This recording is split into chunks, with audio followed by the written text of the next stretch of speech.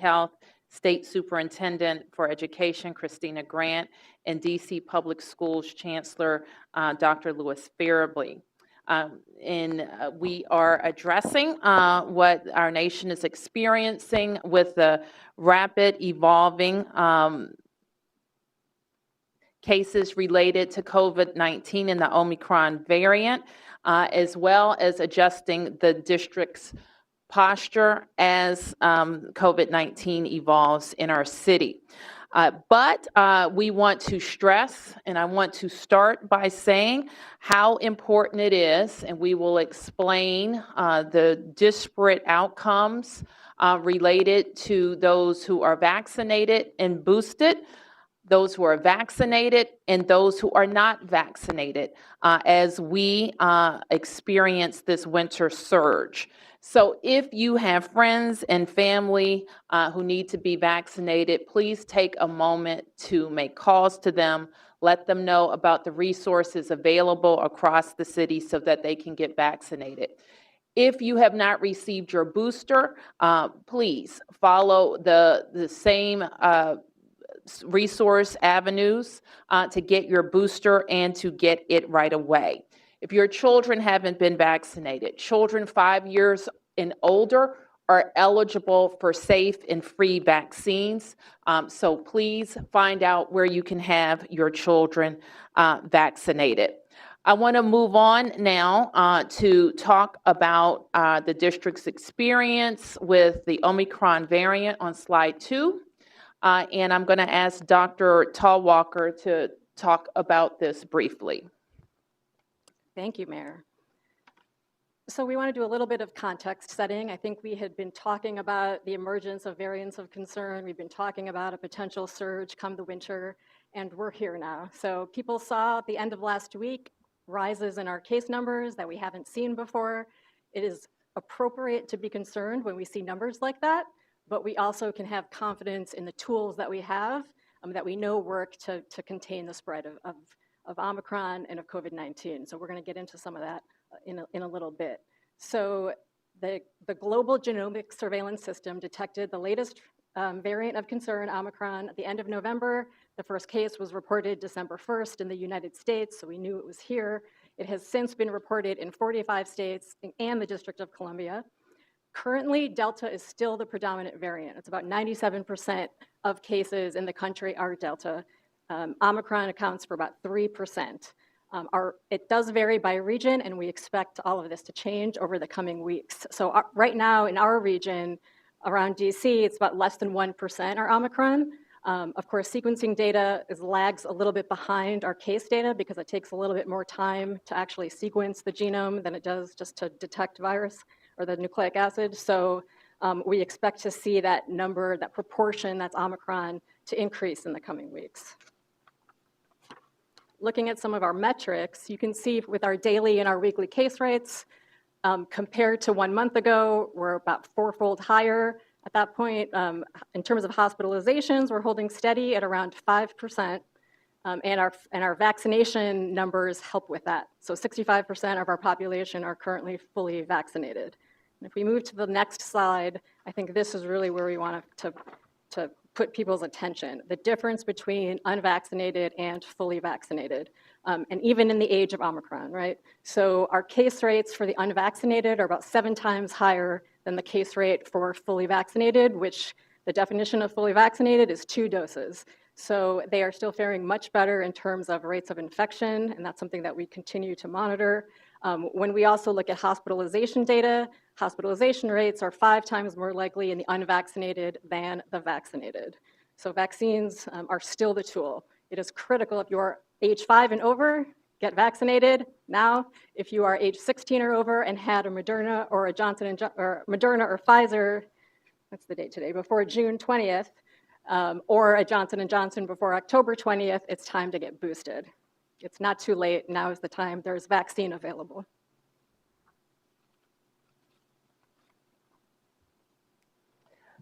So thank you, Dr. Talwalkar, and the doctor will be, of course, available for questions around how we're monitoring all of the variants and planning accordingly, as well as to talk more about the experience that people who are unvaccinated are having, primarily the people who are unvaccinated are having with hospitalizations in our system.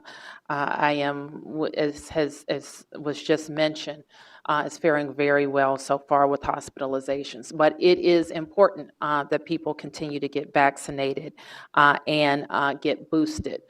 We talked a couple of weeks ago about our surge planning for the winter, and I want to update that. I will be declaring a state of emergency today that is primarily to expand our administrative tools to make sure that we can do all the things that we need to do administratively, including buy goods and services, and make sure that we're handling DC government operations in an urgent way. We are going to talk today about expanded testing. I will reinstate a citywide mask order. We will be instituting a DC government vaccine mandate to include boosters. We will talk about a January launch of COVID-19 testing and vaccination centers. Our public education officials will talk about winter break and how we are proceeding with the distribution of rapid tests. And we will, of course, talk about what we all can do to keep our families, ourselves, and our community safe. So with that, I'm going to ask Patrick Ashley at DC Health to talk about our testing capabilities. Thank you, Mayor, and good morning. On the chart, you can see here, we have been seeing our seasonal rise of testing, and so those are the gray bars you see on the chart. We do see every holiday season and every peak travel period where we see an increase in testing, both related to individuals wanting to do their part and understand their status before they're going home and traveling or after traveling. We're always seeing a demand in testing. We also started to see a spike in demand as we saw cases rise, and people wanted to know their status in the community. So right now we're about 15,000 tests per day. We are seeing that about a third of those tests come from district-operated public testing sites or Test Yourself DC sites. And as you can see from the black line on the bottom, that is our percent positivity rate. And as we see more spread in the community, we anticipate that the positivity rate is going to increase in the community as well. We've talked a lot about the positivity rate over the course of the pandemic, especially now as we're talking about rapid antigen test kits. And so we've called on the city to make sure that individuals are reporting those rapid test kits, and we'll talk more about that. But we don't necessarily have a full picture of the positivity rate because many of these tests are administered over the counter.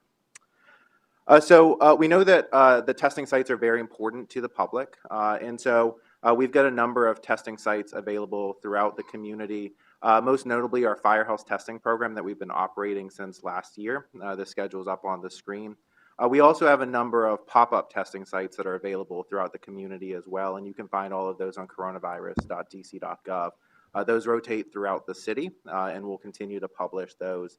Those are tests that are collected by a health professional, and so we also have options for individuals to do the Test Yourself program. And so we're excited to announce that as of noon today, we will expand the Test Yourself program to have an additional 9 sites available throughout the community. We've also been working hard to keep up with the holiday demand for tests, and we have enough tests available in the community to serve everyone that wants a test. And so you'll see more tests out in the community in the coming days. As we move forward, we've talked a lot about antigen test kits, and we've talked about how that our neighbors in Maryland and Virginia have offered antigen test kits, and we're excited today to talk about our antigen test kit program. So we have ordered over 1 million rapid antigen test kits. We have 42,000 of those on hand right now.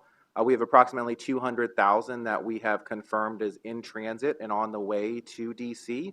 And the remainder of those we expect in the next 3 to 4 weeks to come here into DC.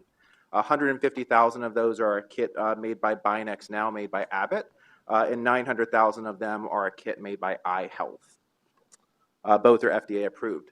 So starting this Wednesday, we will be able to offer those to individuals, to DC residents across 8 locations in the city. And we know antigen test kits are important because they provide fast and accurate ways to know your status. But there are also times and places to continue to do PCR-based testing. And so we'll talk more about that and have information out available about when to take a PCR test and when to take an antigen test kit. So a little bit about the details of that program, or Test Yourself Express, as we're calling that. We do have those at 8 district libraries, and they'll be available 6 days a week, Monday through Saturday. We will initially have 1,000 kits per library per day, and more available as the supply increases. As I mentioned, we have more on the way. And so we have plenty of supply right now to handle that 1,000 kits. It's important to note that each kit contains 2 tests in it. So individuals, we do ask them just to take what they need to determine their status, and be friendly to their neighbors and make sure that they leave supplies behind for individuals to be able to be tested. And that's for our Test Yourself program, as well as our Test Yourself Express program. With that, residents can get 2 free rapid tests, or 2 kits per day. And so that's a total of 2 kits, or 4 total kits, or 4 total tests, excuse me. It is limited right now to DC residents, and so DC residents must bring some form of identification with them that proves that they're a district resident. That could be a DC ID, that could be a piece of mail with a DC address, many of the same things that we talked about with vaccination. We know that our neighbors in Virginia and Maryland also have programs, and so hopefully we'll be able to have plenty for everyone that's interested, or we can refer them back to their home jurisdiction for those kits. So as I talked about, it's important for us to know the status of who is testing in the community, both positives and negatives. And so we encourage individuals, whether they're getting these test kits from our Test Yourself Express program, or picking them up from their local pharmacy, or many of the other locations that they're getting these tests from, is to be able to report that information to us. And that's coronavirus.dc.gov/over-the-counter. It's a simple, quick form that you fill out that allows you to provide us some demographic information about yourself, as well as whether you tested positive or negative. Individuals that test positive will be entered into our contact tracing system, just as if they were tested at any other laboratory. And so we'll be able to collect that data and have better understanding of who in the community is testing positive. On the screen, you'll see the 8 initial Test Yourself Express locations at 8 libraries, 1 in each ward. As a reminder, this does start this Wednesday, December 22nd, at the hours listed on the screen. And so it'll be the same hours for each site. I do want to note that these vary just slightly from the library hours. And so just pay note or pay attention here to the hours of operation. So just as a reminder, the 4 ways for individuals to get a test in the community. You can always go to one of our district-operated walk-up sites for that free PCR test. We've been asked a lot about what is the test turnaround time. We know that citywide right now we're seeing test turnaround times about 1.5 days across all of our test providers. And so we want to make sure individuals are getting results back quickly. But again, we'll have information about when it's appropriate to take a PCR test, and when it's appropriate to take an antigen test. You can also pick up one of the free PCR test kits at one of our now 36 Test Yourself DC libraries or recreation centers. And so that provides an opportunity that you can pick one of them up, test yourself. You can hold on to that for a couple of days. We do collect from the Test Yourself locations 7 days a week. And you're available to pick up those test kits at the library hours and DPR recreation centers. The third way to get tested is that you can pick up one of the free rapid antigen test kits at one of our Test Yourself Express sites, or finally, you can make an appointment with your healthcare provider. As I mentioned, about 1/3 of our testing volume comes from public operated sites, but there are many opportunities in the district to get tested through healthcare providers. Thank you, Mayor. Thank you, Patrick. So please make sure that you are availing yourselves of one of those opportunities. Walk-up sites, get your free Test Yourself kits, which have been increasing in popularity, and our turnaround has been very, very favorable. And so pick up your antigen just starting on Wednesday, or make an appointment with your healthcare provider. Next, as I mentioned, we will be dialing up our mask guidance from the mask advisory that has been in place to the mask mandate beginning tomorrow at 6 a.m. And I will issue a mayor's order that leaves that mask mandate in place through the month of January until January 31st. We are also dialing up our, as we have discussed previously, our vaccine mandate for DC government workers. All employees will be required to be fully vaccinated against COVID-19 and get a booster. And we will no longer offer our employees the ability to test out of that mandate. We'll, after some detailed discussions with our labor partners, have a specific deadline for our employees to comply. Further, we will be opening some fixed locations throughout the district for testing and vaccination to be supported by DC Health. We are seeking retail locations in all 8 wards. So I am inviting property owners who have such a space that they would be willing to lease to the district to email us at retailspace.dc.gov.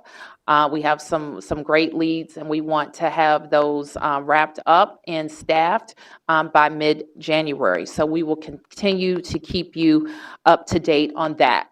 I now want to turn to our District of Columbia Public Schools. I also want to acknowledge we've been joined by Michelle Walker-Davis, who is the Executive Director of our public charter schools and the Public Charter School Board, and she is with us should there be any questions about our public charter schools. Chancellor Farabee is here, and our State Superintendent is also here. I want to first talk about our value on public education and our experience throughout COVID and our continued belief that school is the best and safest place for our children. We know what they have lost in being out of school and disconnected from school, and we're going to do everything as a government to keep our children connected. Having said that, we recognize that our school leaders have to operate the buildings and are going to let us know what they need to do that and do that safely. I am going to turn to Chancellor Farabee in just one moment and just remind everybody that we continue to encourage, the CDC continues to encourage in-person instruction, recognizing the loss that children have endured over the last almost 2 years. We are investigating what the CDC's latest guidance about testing to stay, the test to stay guidance. We don't have anything to report on that today, but we are researching how that could impact our schools. So with that, you can go back to the last slide, turn to Chancellor Farabee to talk about DC Public Schools. Thank you, Mayor. As shared earlier, we will continue to be guided by our value to ensure that our students are loved, challenged, and prepared in our schools, and the belief that our schools are the safest place, the most appropriate place for students to learn. As shared earlier, we are going to leverage the opportunity of access to the antigen-based tests, and this will allow DCPS and our public charter schools to begin testing for students and staff at the return of the winter break. So on the next slide, you can see that we will have access to 100,000 test yourself kits as a part of the rapid and express antigen model that DCPS and the public charter schools will be participating in.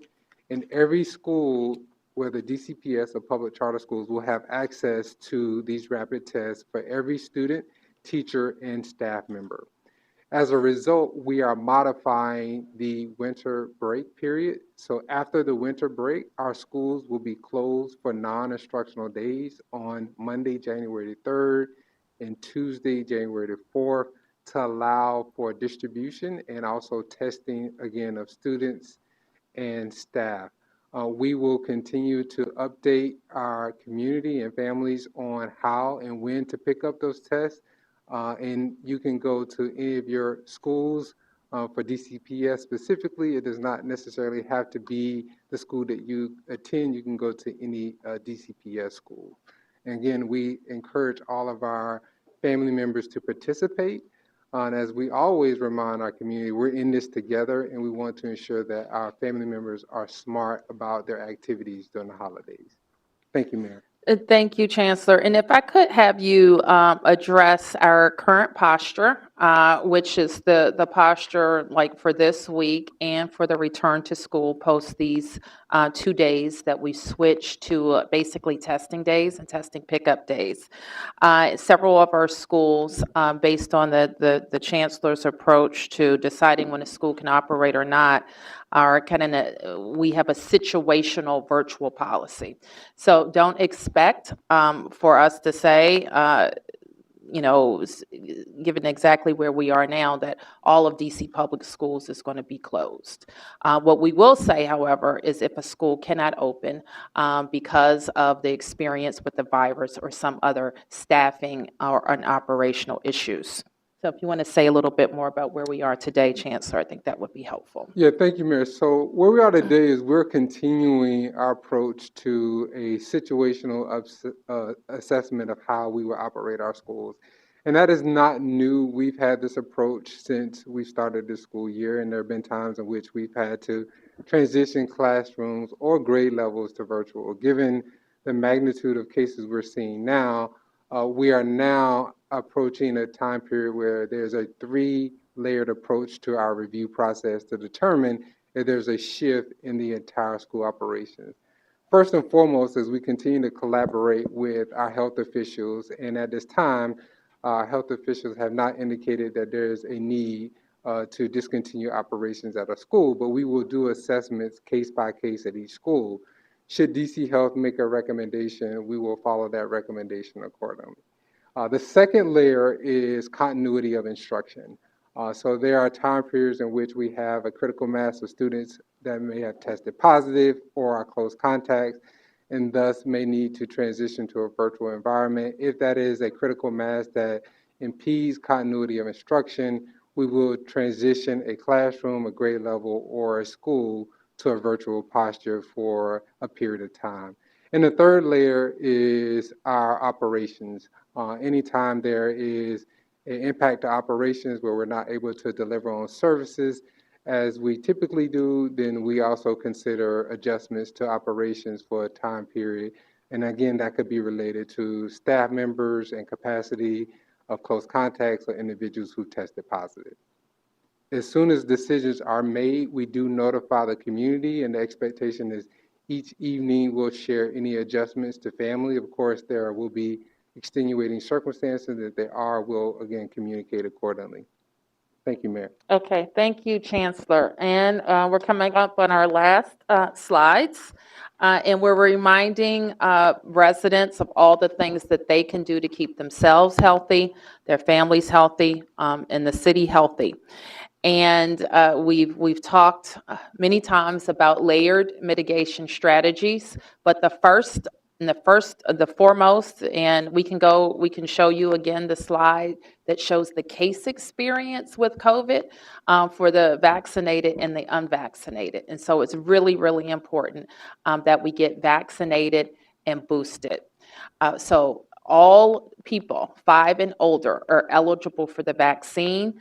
We have on DC Health's website easy to find ways to get vaccinated, but please get vaccinated. And if you've already had your 2 shots, get your 3rd shot, get your booster. It's very important to keep the experience with COVID diminished, and also our healthcare officials able to take care of Washingtonians who need to be in the hospital. So please listen to that. It's also important to know your status. So get tested. Stay home if you're feeling sick. And anecdotally, we've heard a lot of people experiencing mild symptoms. So they may just think that they have allergies or have a cold, but don't chance it. Stay home if you're sick so you won't spread it, and get tested. If you test positive, stay home and isolate. We're also, as Patrick did earlier, reminding everybody, if you're using an over-the-counter product, to please go to the DC Health website and log your status. It's simple. I've done it. It takes 2 minutes, and you can log your status. Further, wear masks indoors, even if small gatherings. One thing that we're concerned about, as we have been throughout this pandemic, is when people are in non-public settings in their homes where their guards are down, and it is important to think about your safety, even in small gatherings around the holidays.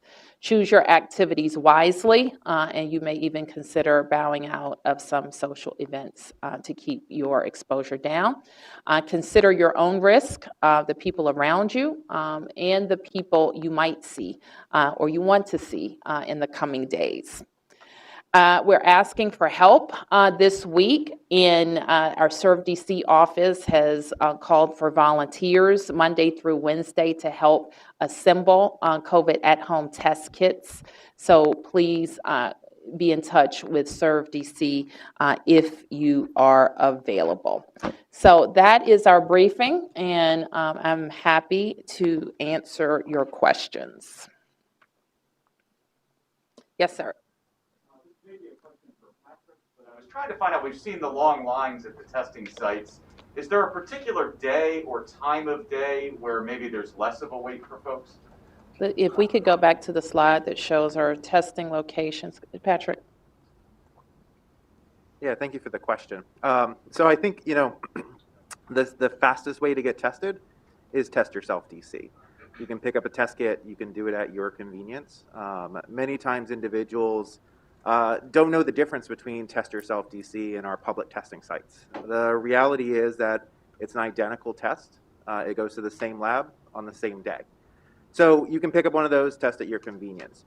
Otherwise, we know that people test a lot after work in the evening hours. We know that people are excited to get tested right now because they're traveling, right? And so they're anxious, and that's understandable. And so we'll see long lines at some of our testing sites. We see that both at our public testing sites as well as our private testing sites throughout the community that we partner with. So just a plug for individuals, making sure that they're patient and they understand that everybody wants to get tested right now. There's plenty of testing capacity, but we do offer a great option, and that is the Test Yourself DC option. You don't have to wait on anybody. You're fully qualified to swab yourself. It's the same test that a professional will do. So, yeah. Yes. Mayor Bowser, at this point, do you regret dropping the indoor mask mandate? I don't regret evolving with the virus, which is exactly what we've done throughout the virus. So as conditions warranted, we've changed our interventions, and we're changing them again. So is there still a number or metric that you can give to the residents of DC? Obviously, numbers have picked up, but in terms of what's going to drop, what's going to bring it back, is there any number that you could point to on when we're going to switch again in the district? Is there any number? Say that again. Any metric that could guide residents on when we're going to go back to dropping the indoor mask mandate? Sure. So right now we have a time limit on the mask mandate, as I mentioned, that will take us through January 31st. And if we need to keep it on, then we'll re-up it at that time. There are many metrics, and you can go to the metric slide that we are following to see what our experience is with COVID. And all of them are important to the work that DC Health does, but the hospitalizations are critical to understand about how our public health system is performing.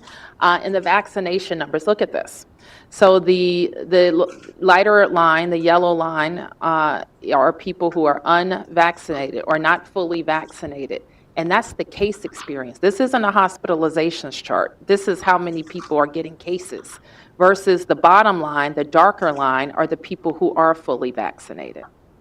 And I think this chart would look similar for hospitalizations because the people who are unvaccinated or not fully vaccinated are 5 times more likely to be hospitalized.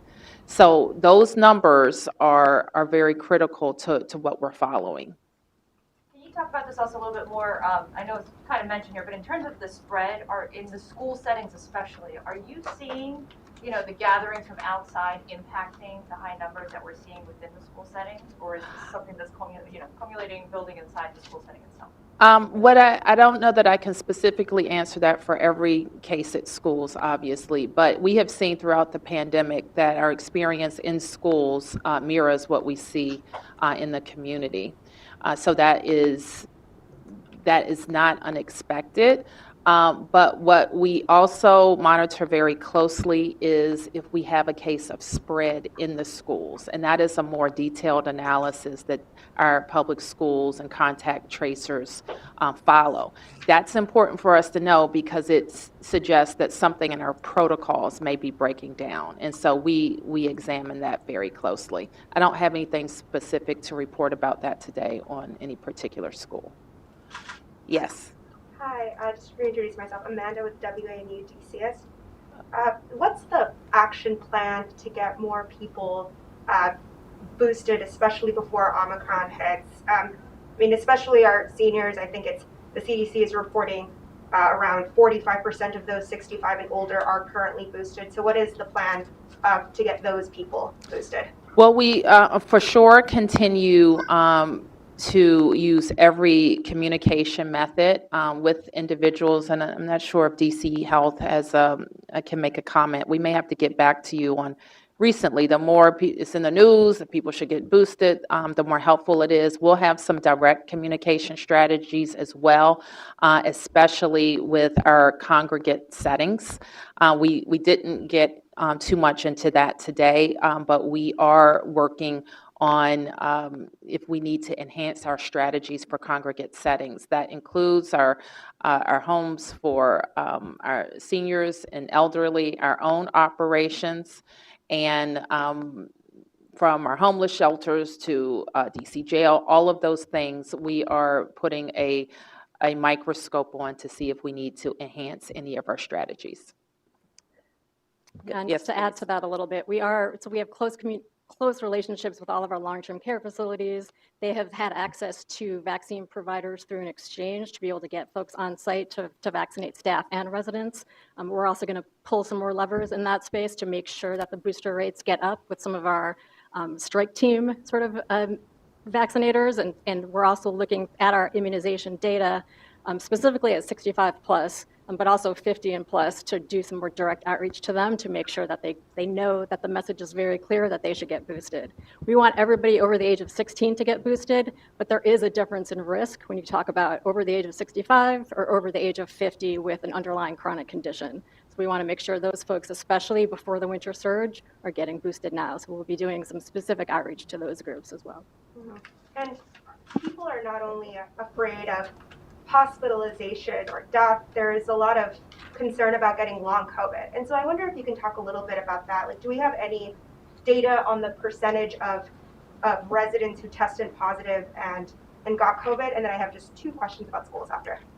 Sure. So we're still looking at data around the actual estimates, who's more likely to get long COVID, what sort of the characteristic of that disease process really looks like. So I think there's a lot that we're going to be learning over time, particularly as case counts go up, and whether there's a difference in what long COVID looks like depending on the variant that you were infected with. So, I think what we want to do, time is on our side for the development of treatments for long COVID. We don't want anyone to get infected, but as case counts go up, our priority is to prevent death and to preserve hospital capacity. And if we can keep you well enough and out of the hospital, you'll have time to benefit from treatments that might come kind of down the pike as we learn more and more about long COVID.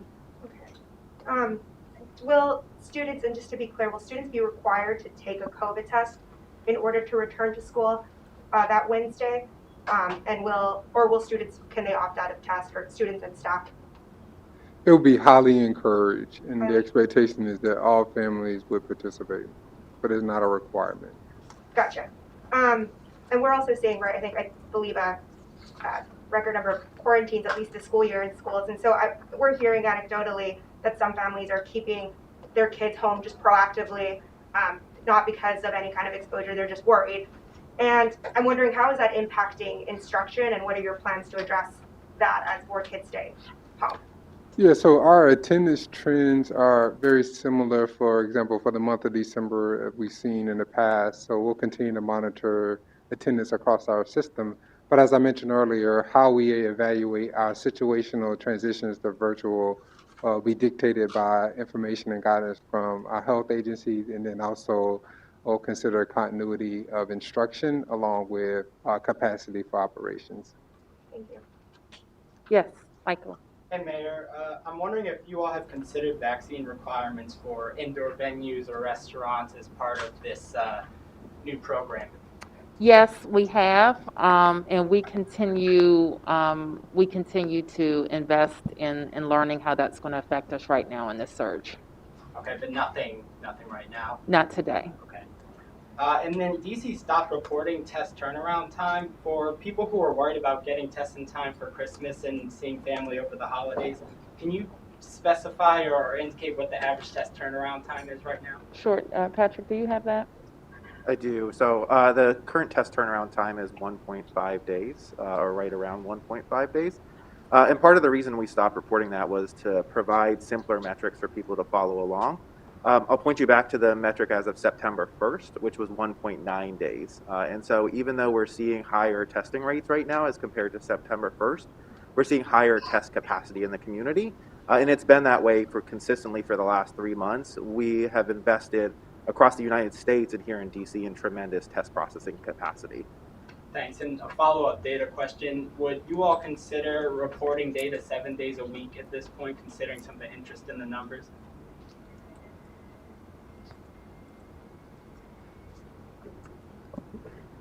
So I think as we follow the winter surge, we definitely will keep all of our options open as to what is the best way to look at this data where it's actually going to affect or inform policy or outreach to residents. Whether 7 days makes a difference to that versus 5 days, we tend to be able to know on a Friday what it's going to look like on Monday. But that's certainly something that we'll continue to visit as the weeks evolve. Okay, thanks. And a quick question about schools, I guess for the chancellor. I've seen a lot of confusion among parents and the public on what metrics are being used to decide when to close schools, when to make them virtual. I guess, could you please give us some insight into what goes into that decision making when it comes to shifting schools to virtual operations in the short term? Yeah, again, I'll just repeat what I shared earlier, is we first look to our health agencies to give us any guidance on any spread that would require us to transition to a virtual environment for a school or grade level or a classroom.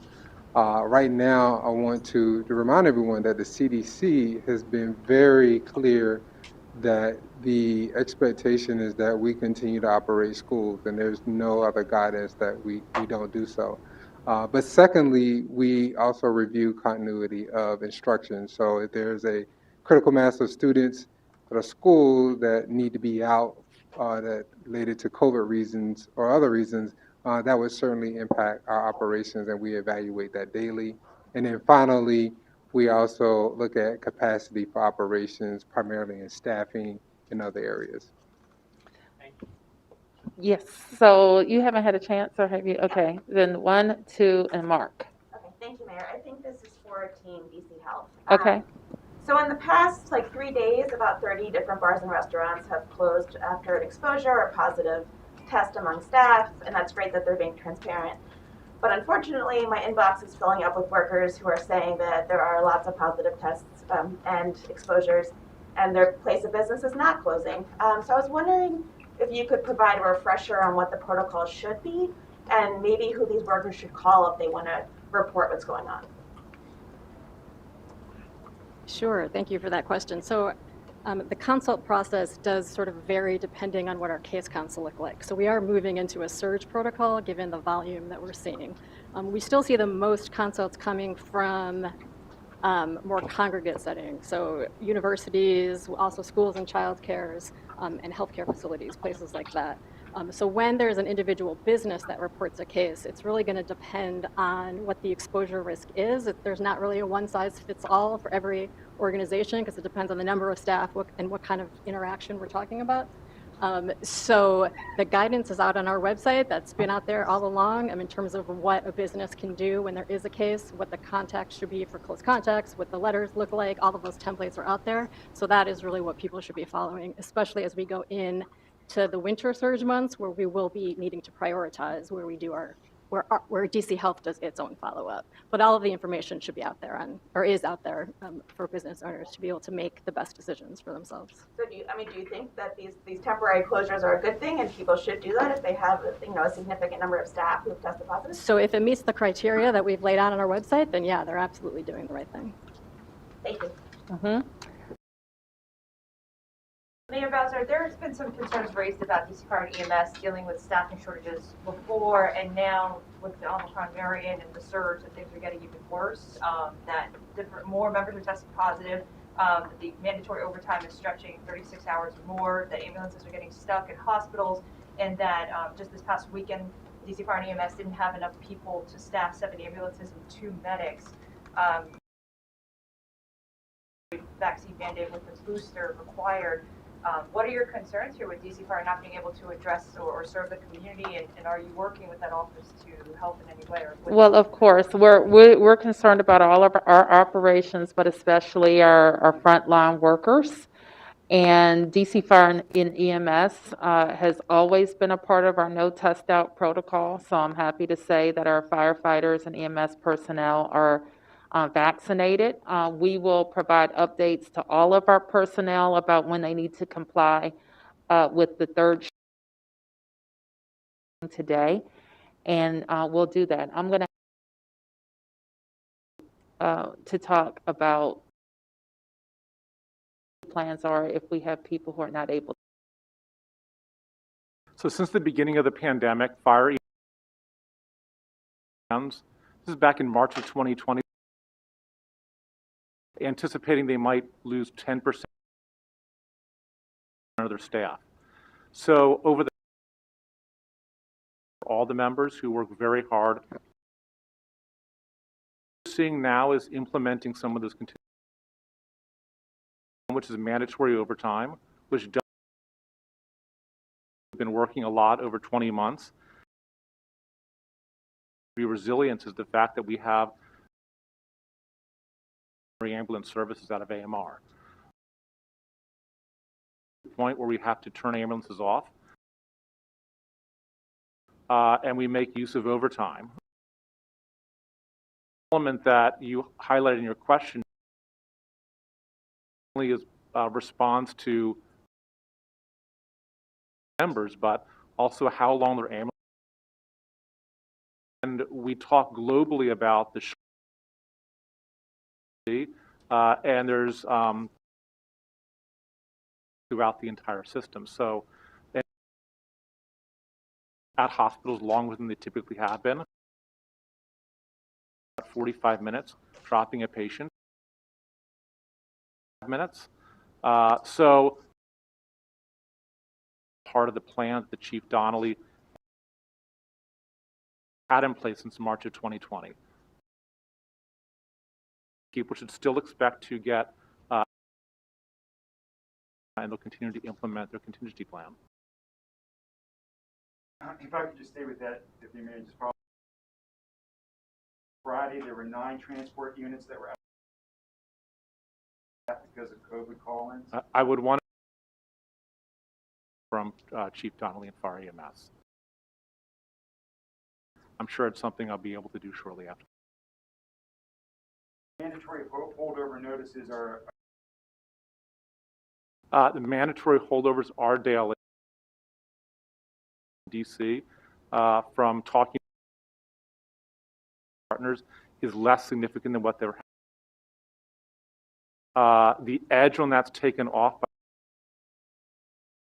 with AMR resources. Pandemic, firefighters and EMT themselves at risk in doing their work. Continue to make modifications and staff shortages occur. And then, can you tell us, was there a ransomware personnel database or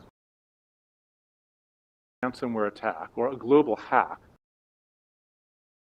system that is an industry standard around the world called Kronos. One of the clients of the many, many clients is Fire EMS. Another is actually our. So what this means is they have to call to buy hand time contingency planning. But there was not a hack global system that's effective. To contact trace when Myself of our it can have an effect, but over the past hospital turnaround times for ambulances, overtime,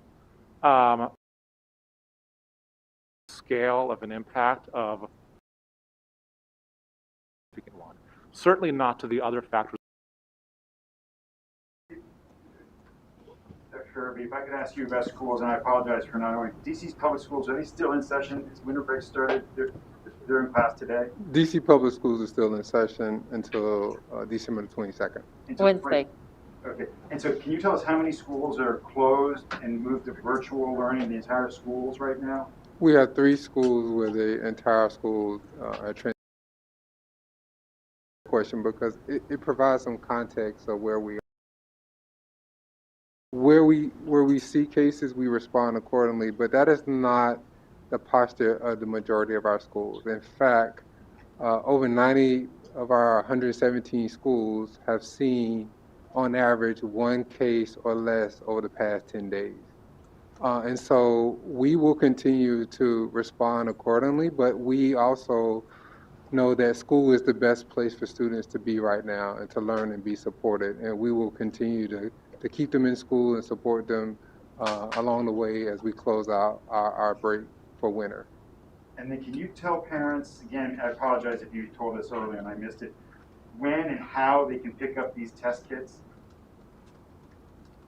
Say that again? Could you remind parents when and how they can pick up the test kits? Yes, so let me go back. So on the testing kits, we will have access between DCPS and the public charter schools, 100,000 kits. They will have access to them on January 3rd and January 4th, and schools will communicate directly to families on the logistics of how to pick them up. But it'll be January 3rd and 4th will be the pickup dates. That is And correct. that's why schools are closed. Correct. To make that opportunity available. Correct. And And I want to be clear, actually there are 4 schools that are closed at this point for transition you'll to tell us the virtual. schools? There is Turner Elementary School, Bard Early College, Watkins, and McKinley Tech. Whittier? Oh, Whittier was last week. Yeah, we made a decision on Whittier last week. So they've resumed classes at Whittier? They have not resumed classes there. So, sorry, it's Whittier, McKinley Tech, Bard, and Turner. Not Watkins. Not Watkins. Watkins has its own issues. Excuse me? Nothing.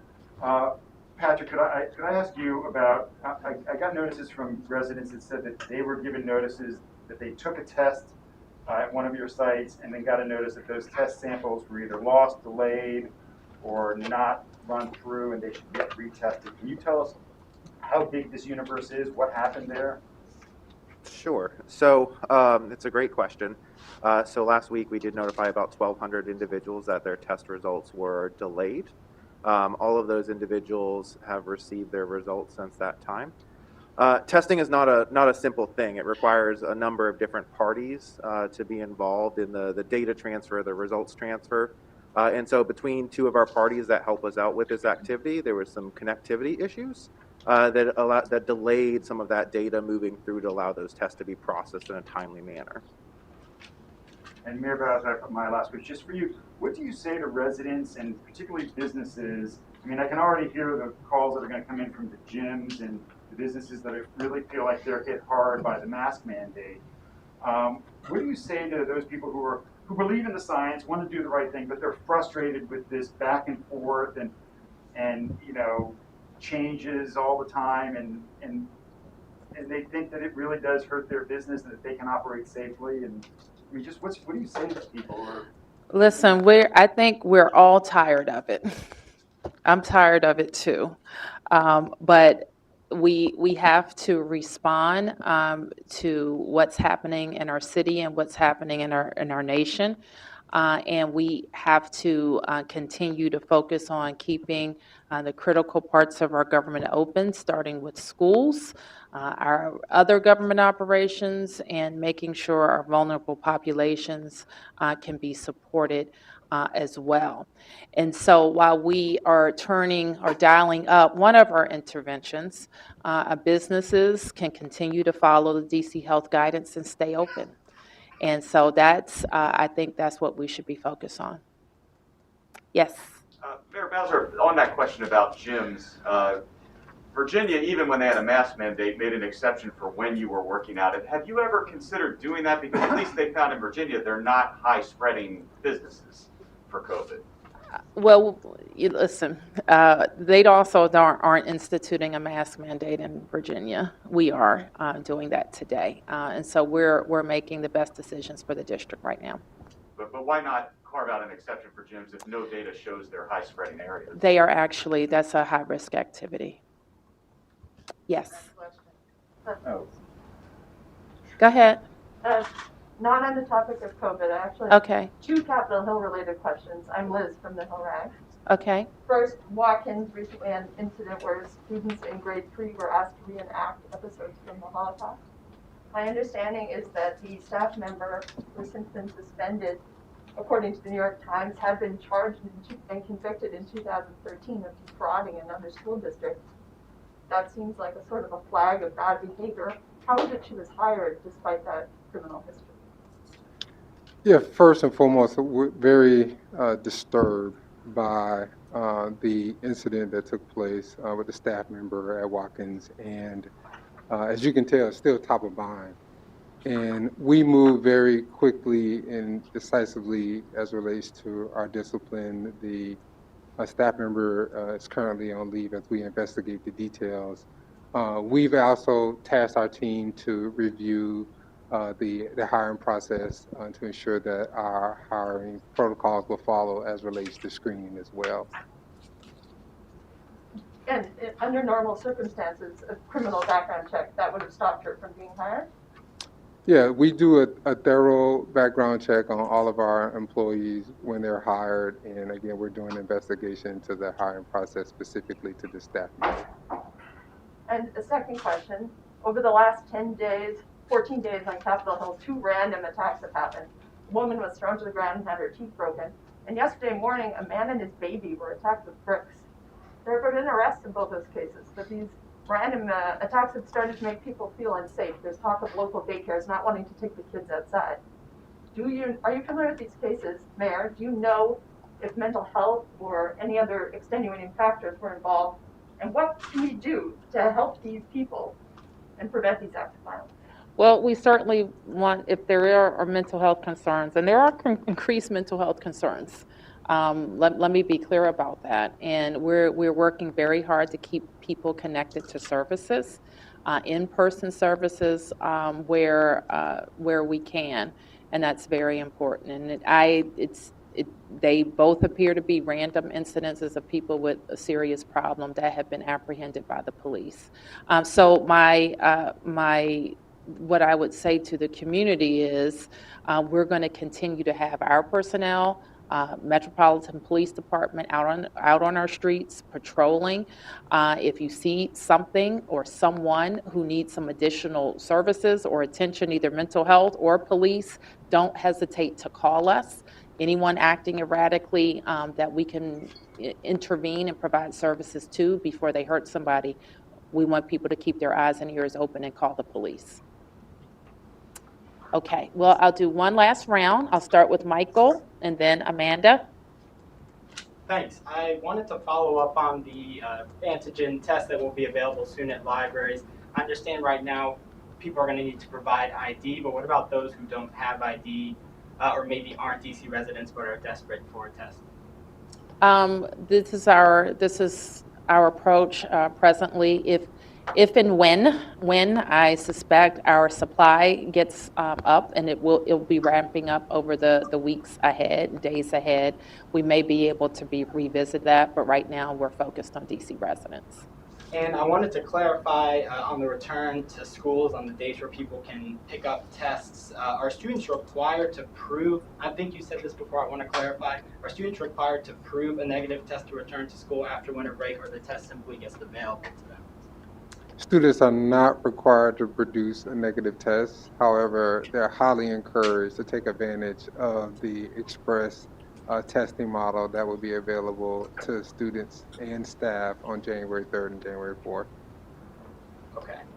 And I wanted to ask quickly for Kevin Donahue, how will the new mandate for government workers affect currently pending religious exemption requests? So for an employee who has a religious exemption, chances are they're already subject to a requirement that does not allow for a test out. In other words, they're often, and by and large, are either health workers at fire EMS or DBH, or they're school-based workers. For employees who submitted, we did get employees who submitted religious exemption requests when there was a test out option. And in those cases, whether they get the exemption or not, they still have to test out. So for those employees, and there were about 100 of them at the time, they'll have to resubmit their religious exemption request. But by and large, our exemption requests have been for individuals who don't have a test out option. So as we expand the requirement that does not involve a test out, we were likely to get additional requests from medical and religious exemptions that we will work through judiciously. And do you have the latest numbers on those exemption requests? I try not to come to a press briefing without them. Across the whole city, so all DC government, there have been 866 requests for religious exemption and 75 medical exemption requests. Across the whole city, of those 866, 149 have been denied religious exemption requests, and 1 has been approved. For medical exemption requests, there have been 75 across the city. 8 have been approved and 13 have been denied, and the balance are still pending review. Thank you. And I have one last one for the mayor. You've talked a couple of times now about choosing carefully about which social events you attend during the holidays. And I saw last week you hosted an event for seniors. And I'm wondering, with the concerns about this variant, if perhaps you have any regrets about that, or if that was misguided. No, we thought very long and hard about it. And similar to our concerns about keeping in touch with young people, we're concerned about keeping in touch with our seniors for concerns around isolation, nutrition, staying connected to other services. So we have a lot of focus on staying in touch with people. We also are very focused on making sure that our seniors continue to get information about boosters and testing as well. Thank you. Who did I call? I called on Amanda next. Thank you. Is DC testing 10% of its students each week, which I believe is the goal? No, it's testing more. Dr. Grant, do you have that? No, we're testing more.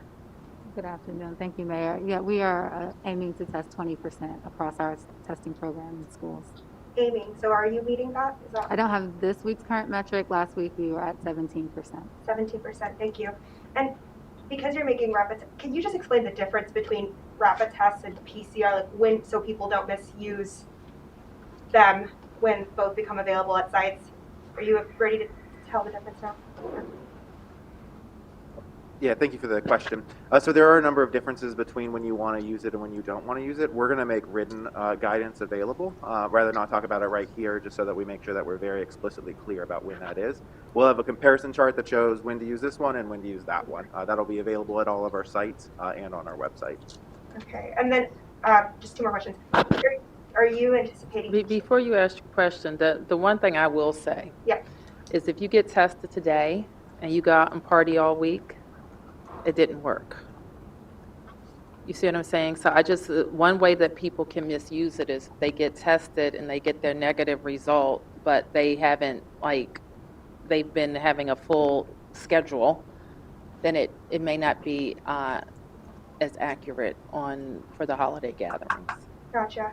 Thank you for that. Are you, two more questions, looking to change the definition of fully vaccinated to include boosters? Is that on the table in terms of encouraging more I think people? that there is some talk about it nationally, and we expect to follow suit.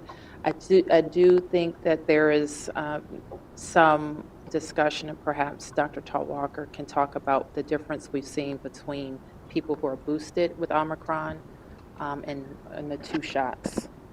Yeah, thank you for that question. I do think the direction is moving to including that 3rd dose because of Omicron. Right now, the studies that have been done are mostly in the lab, so it's kind of mixing blood in a petri dish. But what that is showing is that the Pfizer and the Moderna does work much better after a booster against Omicron compared to just having a 2nd dose. For Pfizer, it goes from about 35% effective with just 2 doses to almost 75% effective. That again is in a lab study, which doesn't include the entire immune response that we do. So the definition is likely going to follow when we have more data. But the evidence right now is looking that a booster is going to help us with Omicron. But 2 doses, we still want the unvaccinated to move to vaccinated is still one of the most important things we got to do. Gotcha, thank you. And my last question, so WAMUDC has reported over the weekend that MPD had tried to terminate at least 24 current officers over criminal misconduct, but an adverse action panel blocked those terminations. And so I wonder, can you comment on that investigation? And then also, are you contemplating or would you support rather reforming our current disciplinary process? We've always been pretty bullish about having the chief of police make termination decisions. So that wouldn't change. And I don't know, Kevin, if you have anything specific to say about this study. I don't have anything to add to the study. The reforming discipline process at MPD has been a long-held goal and continues to be, and it's something as we work through the next collective bargaining agreement we expect and hope that the discipline process will be able to be reformed through that negotiation. And let me add that has been each of the 3 chiefs that have worked in our administration, that has been their goal, long-held goal. Yes. Well, could I just follow up on that? Because, you know, when the public reads this report and they read the allegations and the charges against these 24 officers, I think the first blush reaction from all of them is, yeah, we don't want those guys with a badge and a gun. I mean, what do you say to the residents? And correct me, I know you will if I'm wrong, but I believe when now Chief Conti was on this board that overruled the decisions to have them terminated, he wasn't chief of police at the time. So I'm wondering, did you know about this when you promoted him to chief? And I mean, are you comfortable with these 24 officers having a badge and gun and full police powers out on the streets? If they were recommended by the chief of police for termination, then that is what I think should have happened. And of all of the kind of police reform debate, for us, that has been the most important. Having the chief of police be able to, unfettered, you know, according to HR rules and due process and all of that, be able to issue terminations. Similar to what happens in the rest of the government. And so we know, as Kevin has mentioned, this is a long decades of history of how these processes have been rolled into collective bargaining agreements. And then, could I just 2 quick questions? One, while I'll stay with you, Mayor Bowser, can you comment on the Washington football team's discussions with Virginia about possibly locating the stadium there? I cannot. Thank you. And then, Deputy Mayor, I know you have other numbers with you, and I'm glad that you brought them. Could you give us the exemption update for healthcare workers, licensed healthcare workers beyond DC government employees? And can you also update us on the disciplinary numbers for DC government employees? I do not have the healthcare numbers for non-DC government employees, and we can see if the health department officials here do. For DC government employees, in terms of discipline, and to give context to everyone, there's multiple steps of discipline. We have to follow the collective bargaining agreements, and generally what that looks like is The first step is notification that you're out of compliance. Then there's sort of typically a written reprimand. Then there is a suspension or forced leave of some kind, followed by leave without pay. So it's typically a graduated process that you can imagine gets a little stronger with each step. There have been 605 people that got in across all of DC government that got to that first level of discipline, which is that formal written notification. And there were 505 people who went to the second step of discipline, which is a written reprimand. The next step would start to be suspensions, where we have 57 individuals across all of government. I don't have the agency specifics broken out right now, that have reached the level of recommending suspension. What we have found and what every jurisdiction has found is individuals start to comply as they go through the discipline process. Not everyone, but we see numbers drop as based on both individuals getting vaccinated and something I've talked about repeatedly. There's also individuals who we find have often been vaccinated for months and just didn't really want to tell their employers, and now they do have to. And so that also explains the drop in numbers that as we go from step to Has step. any DC government employee been terminated? No, we've not reached that point in the process where there would be a termination. And then, if just so I have the numbers correct, when you say 605 got the first step, which is just the notification that they're out of compliance, 505 got a written reprimand. Yeah. Is that 505 of those 605? Or It's a very good question. Yet the 505 is a part of the 605. So you So see, we can assume that 100 people got right with the system. got right with the system, and then we're at 57 for that step 3. Now, some of the 505 may hit that step 3, so like, and some will have complied. So it's, Got it. but yes, it's a good question. That's, think of it as like the same group moving from step to step, getting smaller with each step. Thank you. Thank you, guys. Can I just add in closing, just to summarize everything, and we know a lot of people out there have gotten a positive test and are experiencing a lot of anxiety about what to do and what it means in their lives. And I want them to know they're certainly in my thoughts as they isolate, take care of themselves, deal with their mental health.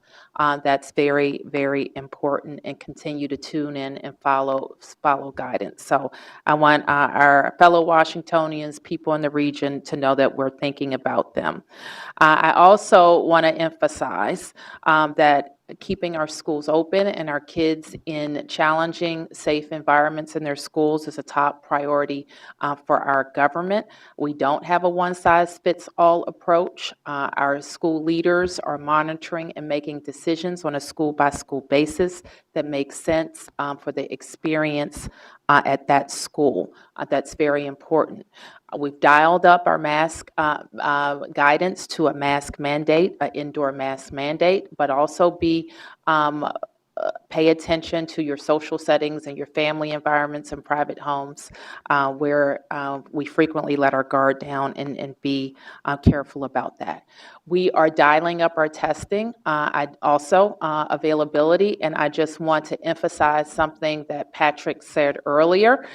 You don't have to stand in line at a walk-up testing site. You can go to a library, get a test yourself kit, and you're probably going to get your results in about the same time. Is that right, Patrick? Absolutely. Okay, so you can stand in line if you want to, or you can go to the library, do your self-swab, drop it off at the library, and get your results in about 1.5 days. We will provide, beginning Wednesday, some additional rapid tests for DC residents at several locations. If you're using a rapid test, please report your results to coronavirus.dc.gov/over-the-counter. Finally, and I probably should have started with this, and we can go to the slide, please, about what it means when you're vaccinated and dealing with COVID, and what it means if you're not. And that's a very stark difference. The bottom line represents people who are vaccinated in their experience with COVID, even Omicron, and the top line represents people who are not. Those are cases. The hospitalizations chart is very similar. Our hospitals are going to fill with people who have not been vaccinated. So get vaccinated, get your booster, and protect yourself using all of the layered mitigation strategies that we know work. So thank you very much. I don't know that we're going to have another update before Christmas. If we don't, Merry Christmas to all who celebrate. And we will, given our need to keep the information fresh, may have an additional briefing. Thank you.